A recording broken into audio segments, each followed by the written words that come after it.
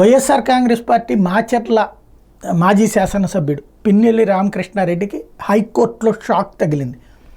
ఏదైతే ఎలక్షన్ రోజున బ్యాలెట్ ఈవీఎంలని ధ్వంసం చేయటం, ఆ సందర్భంగా అడ్డుపడ్డటువంటి తెలుగుదేశం వాళ్ళ మీద దాడి చేయటం, దీనికి సంబంధించి 4 కేసుల వరకు నమోదైనటువంటి సందర్భంలో దాని మీదన అరెస్ట్ చేయకుండా ఆపారంటూ అప్పట్లో పెద్ద ఎత్తున విమర్శలు వెలువెత్తినాయి.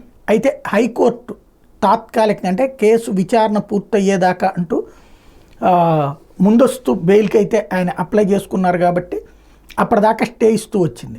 ఇప్పుడు తాజాగా విచారణ ప్రారంభించిన తర్వాత ఇంతకుముందు అనుకున్నాం సుప్రీంకోర్టు కూడా ఆ విషయంలో అడిగితే హైకోర్టు డెసిషన్ తీసుకొని ఇవ్వనండి, ఆ విజువల్ చూస్తుంటే అసలు బెయిల్ అడగాలని ఎలా అనిపిస్తోంది అంటూ అడిగినటువంటి సందర్భం.